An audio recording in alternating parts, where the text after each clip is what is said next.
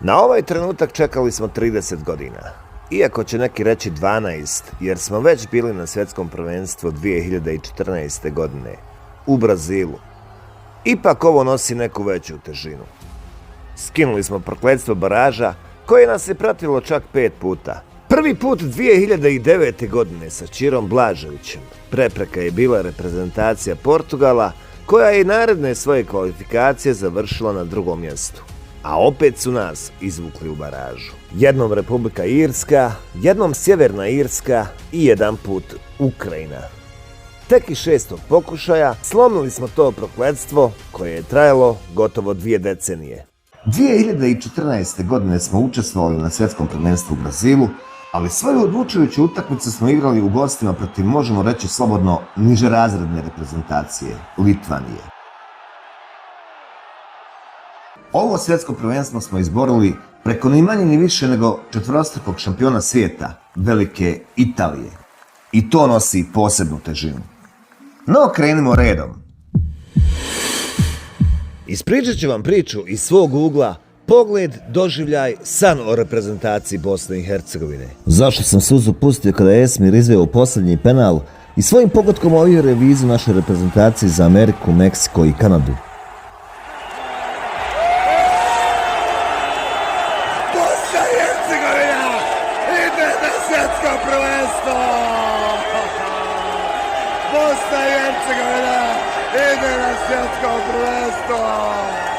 Poštovani gledalci, pogledajte kako slavlje! Pogledajte kako slavlje! Pa da složi s ovom! Da složi s ovom! Da složi s ovom! Zašto lijem suze svaki put kada odgledam neki video sa te utakmice?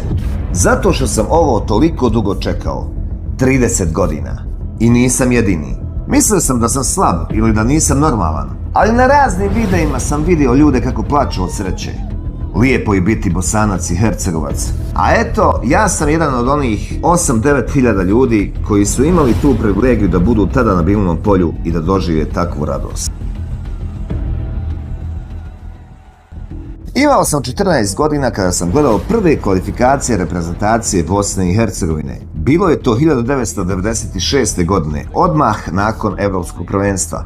Bili smo u grupi sa Danskom, Hrvatskom, Grčkom i Slovenijom. Kao dijete iz rata pitao sam se otkud mi odmah sa Hrvatskom i Slovenijom u grupi. Ali nisam znao da je to bio samo takav žrijeb. Prva naša utakmica bila je u Grčkoj i poraženi smo sa 3:0. A u narednom meču kao domaćini u Bolonji izgubili smo od Hrvatske rezultatom 1:4. Hasan Salihamidzić je tada ušao u historiju jer je on bio taj koji je prvi pogodak postigao za reprezentaciju Bosne i Hercegovine u kvalifikacijama uopšte. 1-1, brzi protuudar. Slijedi pobjeda nad Slovenijom u Ljubljani, a potom težak poraz na Koševu od Grčke 0:1. Iako smo igrali bolje, nismo uspjeli doći do pozitivnog rezultata. Danci nas potom pobjeđuju u februaru 1997. godine sa 2:0, a uzvrat se igrao na stadionu Koševo u augustu mjesecu. Ljeto je listovima vratilo boju i žilavost. Osvetu Dancima priredili su Edin Mujčin, Bolić i Kodro. Pogodak Mujčina u 18. Pad Kodre za Bolićev 11-terac u 25.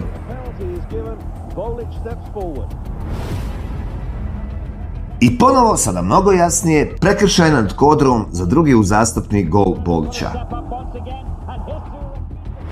3:0 za neustrašivi let do Zagreba. U Zagrebu smo pobjeli sa 1:0 nakon kardinalne greške Ladića, a Hrvati su preokrenuli rezultat u svoju korist preko Bilića i Marića. 2:1. Iako su mnogi Hrvati u tom trenutku mislili da je stvar već riješena, nakon slobodnog udarca Elvira Baljića, Hasan Salihamidzić dolazi na odbijenu loptu i postiže gol za 2:2. Elvir Baljić je bio u prilici da Bosnu i Hercegovinu dovede u prednost, ali tu priliku nije iskoristio. Slijedi kazna, pogodak Bobana za 3:2 i pobjedu Hrvatske. I to je prvi put da mi nije toliko bolan poraz bio. Zato što naši nisu imali nikakve šanse za plasman, a da Hrvatska tada nije pobjedila, ostala bi bez učešća na svjetskom prvenstvu 1998. Prema komšijama sam se uvijek odnosio komšijski. Do kraja tih kvalifikacija odigrali smo još jednu utakmicu sa Slovenijom, pobijedili smo sa 1:0, Bolić je bio strelac. Čekale se naredne kvalifikacije. Prvo da vidimo koga ćemo dobiti u grupi. Bio sam kod rođaka kad smo slušali od uzbuđenja do kraja pojačan intervju Džemalodina Mušovića, našeg tadašnjeg selektora, koji je komentarisao našu grupu u kojoj su pored naše reprezentacije izvučene reprezentacije Češke, Škotske, Litvanije, Estonije i Farskih ostrva. Ma možemo mi s njima. Na kraju smo ipak ostali treći. Mijenjali smo selektore. Došao je Faruk Hadžibegić, koji nam je ipak najviše poznat po onom promašenom penalu iz Italije sa svjetskog prvenstva u meču protiv Argentine.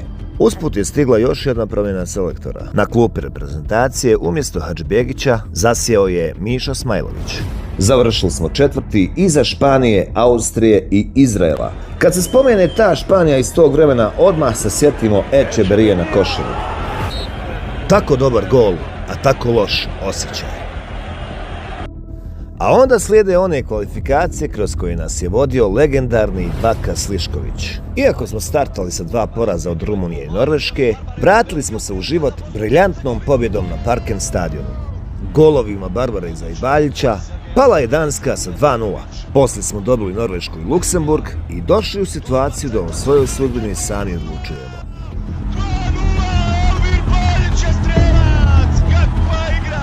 Sa pobjedom na Danskom na Koševu moglo bi se desiti da direktno odemo na Evropsko prvenstvo u Portugalu, eventualno u baražu. 11. oktobar ostao mi je u sjećanju. Gdje god sam bio taj dan, bio sam jako raspoložen. Atmosfera u našem glavnom gradu bila je sjajna. Utakmica se igrala u 18 sati, a već u 15 sati rijeka ljudi kretala se prema Koševu. Stadion ispunjen do posljednjeg mjesta. Čekala se pobjeda. A onda u 12. minuti šok. Jorgensen postiže gol, gaseći onaj žar u očima navijača i ostavljajući stadion u nijemom svjedočanstvu jednog srušenog sna. Bosna je nastavila da igra hrabro, a rezultat te igre donio je i pogodak koji se narednih godina bezbroj puta gledao. Hasan Salihamidzić je ubacio loptu u šesnaesterac protivnika, a tamo najviše skače Elvir Bolić koji glavom matira Sorensena. U tom trenu sve je proključalo. Stadion je zahvatio neopisiv delirijum koji se ne zaboravlja. Ipak na kraju nismo uspjeli. Sa pobjedom bismo bili prvi u grupi, a ovako sa nerešenim rezultatom ostajemo čak na 4. mjestu. U narednim kvalifikacijama igrali smo sa tadašnjom Srbijom i Crnom Gorom, Belgijom, Litvanijom, San Marinom i tada tih godina nezaobilaznom Španijom. Otvorili smo kvalifikacije remijem u Zenici protiv Velike Španije, a te kvalifikacije su ostale upamćene po otetoj nam pobjedi u Valenciji. Španci su postigli gol u 97. minuti, iako je 6 minuta bio sudijski produžetak. Španci su se tada tom bodu protiv nas radovali kao da su osvojili svjetsko prvenstvo. Druga situacija koja je ostala upamćena je poraz od Srbije i Crne Gore u Beogradu, ali pored toga ostala je neizbrisiva mrlja od navijača Srbije i Crne Gore koji su topovskim udarima gađali naše navijače. Još tada se vidjelo da je Barbara naš pravi vođa. Ostaje žal za Španijom i otkidanjem bodova Litvanije, koja je sa igračem manje na Koševu uspjela da nam pomrsi račune. A mogli smo biti i prvi. No, šta je tu je. Još jedne neuspješne kvalifikacije su one za Evropsko prvenstvo u Austriji i Švicarskoj. Tada je bila i ona čuvena peticija fudbalera koji su odbijali da nastupaju za reprezentaciju. Misimović nije bio potpisnik, kao ni Muslimović. I upravo su oni bili strelci protiv Norveške za pobjedu od 2:1.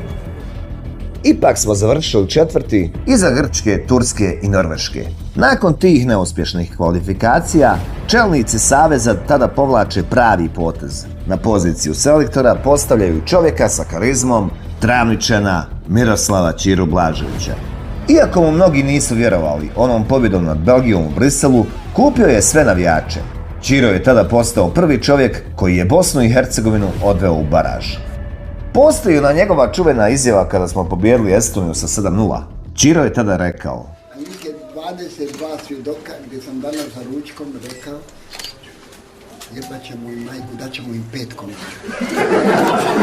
Evo i pitajte, 5 komada i ova dvojica, i Ibro i ova što zabili 6. i 7. odgovarat će, vjerujte.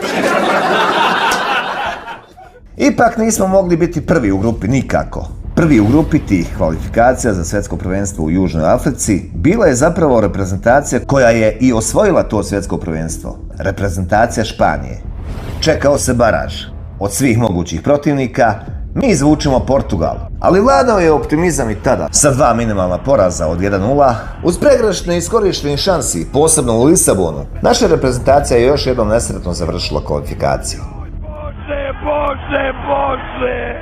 Ćiro odlazi, a na njegovo mjesto dolazi po mnogima najbolji igrač u historiji BiH fudbala, legendarni Safet Pape Sušić. Iza sebe smo ostavili Rumune, Bjeloruse, Albance i Luksemburžane. Odlučujući meč bio je na stadionu Francuska protiv istoimene reprezentacije. Malo ko se nadao da ih možemo dobiti. U 40. minuti susreta Edin Džeko postiže možda i svoj najljepši pogodak za reprezentaciju Bosne i Hercegovine i tako potvrđuje da imamo kvalitet za veliki podvig. No jednostavno nisu nam dali da pobjedimo. U 77. minuti Emir Spahić pravi prekršaj, a sudija jedva dočekao da dosudi 11-terac. Iako se lijepo vidi da je to bilo izvan kaznenog prostora. Nasri pogađa sa bijele tačke i tako vodi Francusku direktno na evropsko prvenstvo. A Bosna i Hercegovina po drugi put, i to uzastopno, ide u baraž. Kada su na poluvremenu te utakmice naši igrači u slačionici gledali rezultate, Edin Džeko je Misimoviću tada rekao: ja mu kažem na poluvremenu gledam rezultate. Igrali se zadnja kola i ovim drugim grupama. Ja gledam Švicarska, mislim, vodi protiv Portugala 2-0. I oni se bore za prvo mjesto. Ja mu govorim ovako, vidi. Rekao, ako ne dobijemo utakmicu, u baraž ćemo dobiti Portugal opet. I tako je i bilo. Ja sam tada bio na putu i kada sam došao u grad, čekao sam prvog čovjeka koji mi naiđe u susret da ga pitam koga smo izvukli. Sad imamo u baražu 100% procenat da uvijek igramo sa Portugalcima. Nisam mogao da vjerujem. Prva utakmica u Zenici završena je sa 0-0, a onda smo se nadali da se možemo nekako provući. Međutim, Portugalcima kada treba, oni tada igraju jako dobro, ali ih i sreća prati. Nani nikad više nije postigao takav gol kakav je postigao protiv nas. Izgubili smo sa 6-2 i tako morali još jednom u nizu ostati kući i gledati prvenstvo preko TV ekrana, bez naše domovine kao jednog od učesnika. I konačno kvalifikacije koje smo morali proći kao prvi, najlakša grupa u historiji i možda najjači tim. Iza nas je ostala Grčka, a i Slovaci su nam bili jako neugodan protivnik. Jednom su nas i pobijedili u Zenici. Iz tih kvalifikacija izdvajamo gol Hajrovića iz bukvalno prvog kontakta sa loptom. Martin Škrtel, reprezentativac Slovačke, tada se poklonio našim navijačima, koji su uvijek bili fanatični, ali i fantastični. U Brazilu nismo imali sreće. Kada se spomene svjetsko prvenstvo u Brazilu, ja vjerujem da sve nas to asocira na Džekin pogodak protiv Nigerije, koji je bio poništen. Neopravdano. Godinama nakon toga spominjalo se, nije bio ofsajd. Vedad Ibišević je tada ušao u historiju jer je on postigao prvi pogodak na svjetskom prvenstvu za Bosnu i Hercegovinu.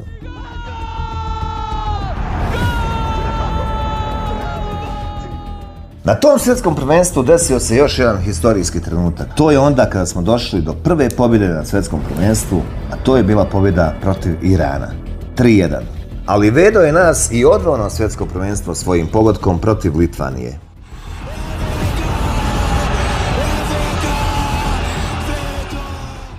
Nakon učešća na svjetskom prvenstvu uslijedio je blagi pad u reprezentaciji. U kvalifikacijama za Evropsko prvenstvo 2016. godine u grupi B završili smo na 3. mjestu iza Belgije i Velsa. Treći baraž bio je neminovan. Ubrzo Pape dobija otkaz, a na njegovo mjesto postavlja se Baždarević. Ali Republika Irska u dvomeču bila je bolja od reprezentacije Bosne i Hercegovine i tako BiH po 3. put pada u baražu. U kvalifikacijama za svjetsko prvenstvo 2018. u Rusiji završili smo na tom zlatnom 3. mjestu, što je bilo jasno da nas neće biti ni na tom svjetskom prvenstvu. Put ka Evropskom prvenstvu 2020. godine bio je zakrčen, a zato su krivi konkurenti Italija, Finska te Grčka, koji su bili ispred nas na tabeli. Tako da ni Robert Prosnečki ništa nije mogao učiniti na čelu reprezentacije, osim što je izborio baraž kroz Ligu nacija. Slijedi nova smjena selektora, Mostarac Duško Bajević vodi Bosnu i Hercegovinu kroz baraž. Protivnik je bila Sjeverna Irska koja je bila bolja od Bosne i Hercegovine nakon izvođenja 11 teraca na Grbavici. Onda je na kormilo BiH reprezentacije došao Bugarin Ivajlo Petev koji u kvalifikacijama nije uspio ništa specijalno napraviti. 4. mjesto sa samo 7 bodova iza Finske, Ukrajine i Francuske koja je tada bila prva u grupi. Ali je zato izborio plasman u A ligu nacija. Onda je uslijedila serija smjena selektora. U rasponu od 15 mjeseci promijenjena su čak 4 selektora. Prvo da spomenemo trojicu. Faruk Hadžbegić, Meho Kodro i Savo Milošević. Savo Milošević nas je vodio kroz baraž, ali nakon što smo vodili sa 1:0, u finišu susreta primili smo 2 pogotka od Ukrajinaca i tako po 4. puta ispali u baražu. Onda su odigrane kvalifikacije za odlazak na Europsko prvenstvo 2024. godine. Tada smo završili na 5. mjestu, prvi put u historiji i ubjedljivo najlošije kvalifikacije. I onda dolazi Sergej Barbarez. Kada je Sergej Barbarez izabran za selektora, moja izjava je bila: proglašavam Sergeja Barbareza Barbu za selektora reprezentacije bez ograničenja trajanja mandata. Ali Barba je stigao u nezgodno vrijeme. Igrali smo Ligu nacija gdje smo gubili utakmice od Njemačke, Holandije, Mađarske, a poseban akcenat stavlja se na onaj poraz u Njemačkoj od 7:0, što je najveći poraz u historiji reprezentacije. Selektor Barbarez bio je pod pritiskom, ali nije podlegao. Uslijedile su kvalifikacije za svjetsko prvenstvo 2026. u Kanadi, Meksiku i Sjedinjenim Američkim Državama. Bosna i Hercegovina bila je smještena u grupi sa San Marinom, Kiprom, Rumunijom i Austrijom. U prvom kolu odmah jedno od najtežih gostovanja reprezentaciji Bosne i Hercegovine. U Rumuniji, zamislite, nikad nismo otkinuli bod, a kamoli da pobjedimo. A gubili smo po 3:0, 2:0 i 4:1. Ipak u 14. minuti susreta, nakon sjajno odigrane akcije naše reprezentacije, na lijevoj strani lopta dolazi do Kolašinca koji je šalje na drugu stativu gdje je natrčao Gigović koji ju je pospremio u mrežu. Ispostavilo se da je to konačnih 0:1 za pobjedu na samom startu kvalifikacija. 3 dana kasnije u Zenicu došao je Kipar. Slavili smo sa 2:1 golovima Demirovića i tadašnjeg igrača utakmice Hajradinovića. Već tada se znalo da ćemo ljeto provesti kao prvi na tabeli, jer narednu utakmicu igramo sa San Marinom i to je maksimalnih 9 bodova. Međutim, ta utakmica sa San Marinom bila je teža nego što se moglo zamisliti. Napadali smo, ali u pojedinim trenucima ti napadi izgledali su jalovi. Međutim, selektor Barbarez u 62. minuti uvodi u igru neoporavljenog Edina Džeku, a ovom su bile potrebne samo 4 minute da bi postigao gol za konačnih 1:0. Preko ljeta smo ipak ostali prvi. U septembru Bosna i Hercegovina opet igra protiv San Marina, ali ovaj put kao gost. No ovaj put utakmici se pristupilo dosta ozbiljnije, a strelci su brojali do 6. Tahirović, 2 puta Džeko, Baždar, Alajbegović i Mujakić. To je ujedno bio i prvijenac Kerima Alajbegovića u najdražem dresu. 9.9.2025. godine Austrija je došla Bosni u goste. Optimizam je uvijek vladao, ali bili smo svjesni da je Austrija favorit. Pitali su me i novinari za mišljenje. Ništa, samo možemo li dobiti Austriju večeras, jako važna utakmica da ostanemo savršeni u ovom bodovnom skoru. Pa može se svako dobiti, mislim imamo kvalitet, ali Austrija je favorit i to znamo. Gledao sam ih u ovim kvalifikacijama, tako da bit će teško, ali vjerujem da možemo dobiti. Austrijanci su poveli preko Sabicera koji je pokupio odbijenu loptu i tako savladao Vasilja. Bila je to 49. minuta susreta, a samo minut kasnije Demiroviću pošljava Edina Džeko koji rutinski poravnjao rezultat. 1:1.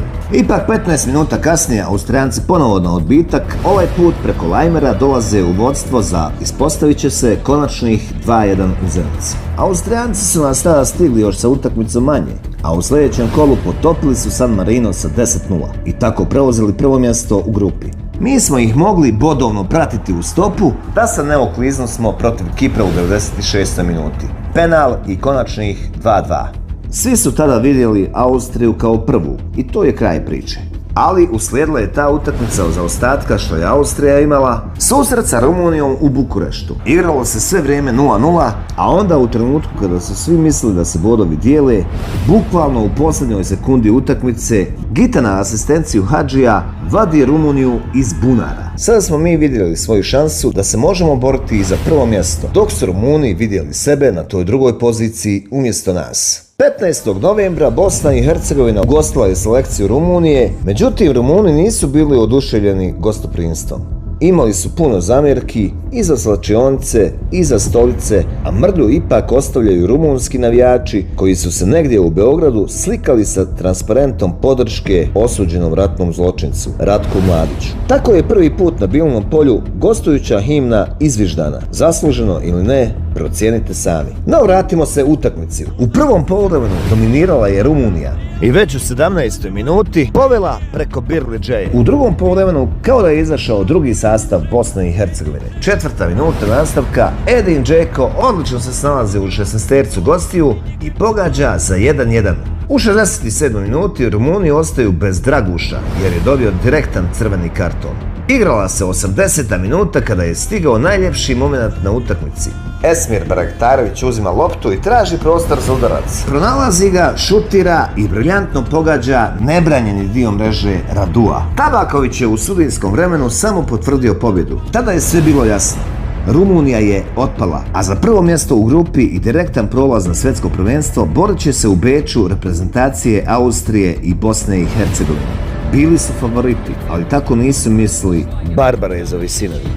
U 12. minuti nakon kornera lopta je došla do Tabakovića koji se odlično snašao i doveo Bosnu u vodstvo, a i na korak plasmana na svjetsko prvenstvo. Taj plasman je trajao do 77. minute, a onda su Austrijanci žargonski rečeno načalakali gol. Konačnih 1-1 i nevjerica na licima naših fudbalera. Međutim, još uvijek ništa nije izgubljeno. Preostaje nam baraž, ali ipak svi znamo šta to za nas znači. Posebno kada smo saznali koga smo dobili za protivnika.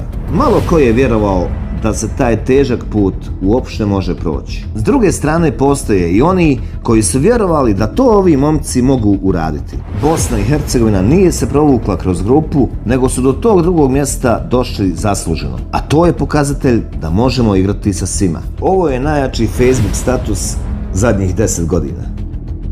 Slijedi najprije omjer snaga kao gosti sa Velsom, pa ukoliko prođemo, za 5 dana igramo utakmicu protiv, i tada se vjerovalo, Italije. Oni najuvjerljiviji navijači su već ulaznice počeli kupovati 2 mjeseca ranije, iako se nije znalo hoćemo li uopšte igrati finale. I došao je taj dan, 26. mart, utakmica u Cardiffu protiv Velsa. To je bila jedna teška utakmica, psihološka. Velsu smo prepustili terensku inicijativu, ali to je i bila taktika Sergeja Barbareza, da čekamo svoju šansu iz tranzicije. Međutim, spreman je bio i za B plan. Da će nam biti teško, u to nas je uvjerio Harry Wilson u 22. minuti, kada je svojim šutem već savladao Vasilja, ali se ispriječila Stativa.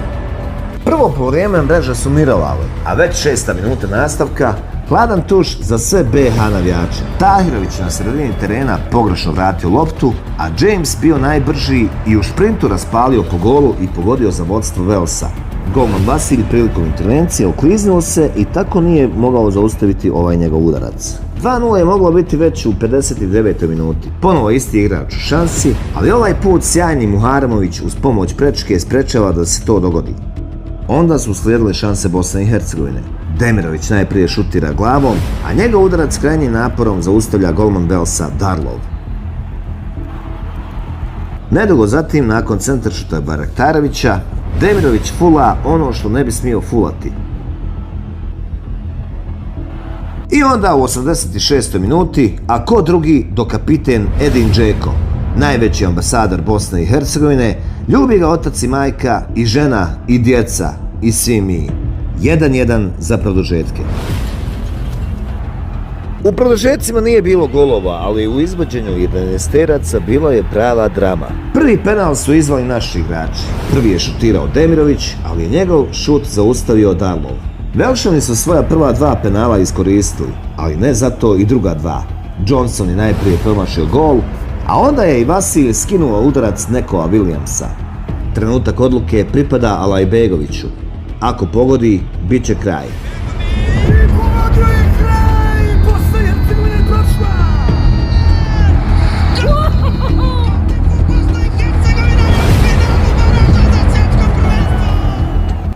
31. mart je dan kojeg će Bosna i Hercegovina pamtiti.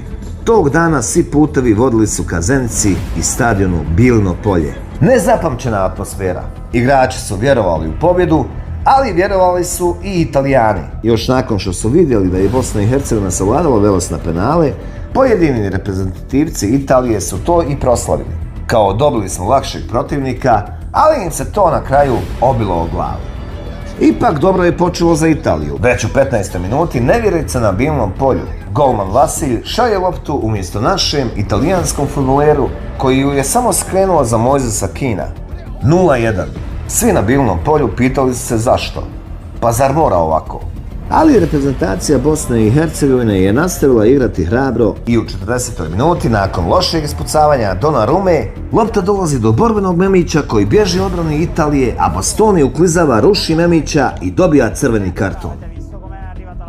U drugom poluvremenu na terenu postoji samo jedna ekipa. Italijani su pokušavali do šanse doći iz kontre, a najbolju priliku za to imali su preko Kina nakon greške Bašića, no srećom Kin je ovaj put bio neprecizan. I onda dolazi taj gol. Dedić je pronašao prostor za centaršut, Džeko šutira, Donnarumma brani, a odbijenu loptu u mrežu posprema sjajni Tabaković. Bosna i Hercegovina je trebala dobiti i 11-terac u sudijskom vremenu, jer je u kaznenom prostoru vidno oboren Demirović. Međutim, sudija nije imao hrabrosti uraditi to protiv Italije. Nakon velike borbe u produžecima nije došlo do promjene rezultata, uslijedili su penali.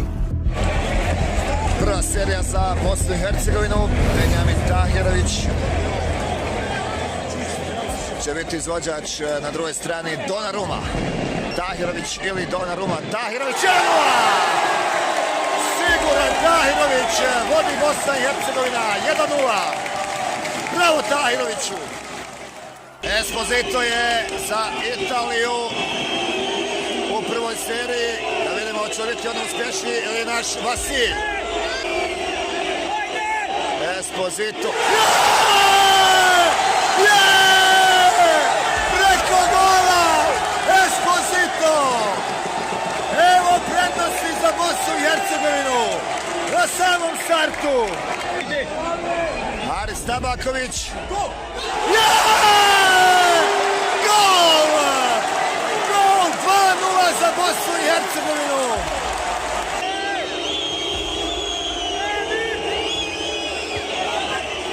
Pogađa 2-1. Treća serija za našu reprezentaciju, Kerim Alajbegović. Alajbegović. Gol! Gol! Gol! Treća serija za Italiju.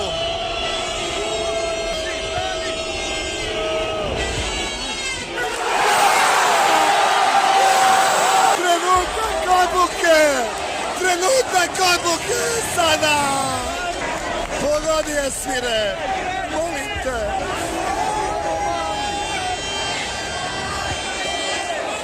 Barektarević!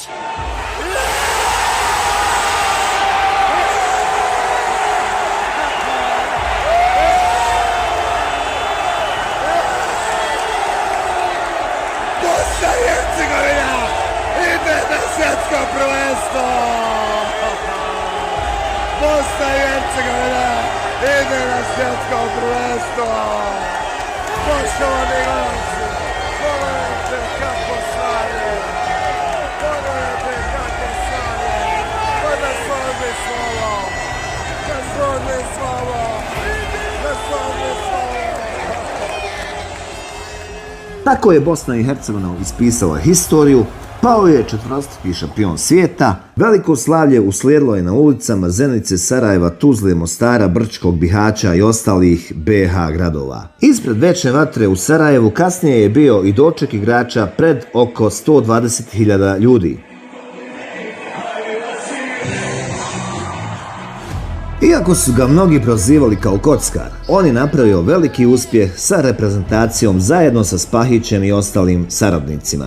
Vici Zeljkoviću se uvijek nešto prigovaralo, doduše i ranije predsjednici Nogometnog saveza Bosne i Hercegovine bili su prozivani, Begić, Pušina, kao i sekretar Ušanović. Ipak dok traju dobri rezultati, treba gledati pozitivno i pustiti ljude da rade svoj posao. Dragi naši selektore, kapitenu i ostali Zmajevi, usrećili ste naciju i hvala vam za to. Vratili ste nam nadu i mi smo sigurni da ćete se i na svjetskom prvenstvu boriti do posljednjeg atoma snage da ostvarite što bolji rezultat. Ne mora to biti finale, neka bude i polufinale. Sretno Zmajevi i još jednom veliko hvala.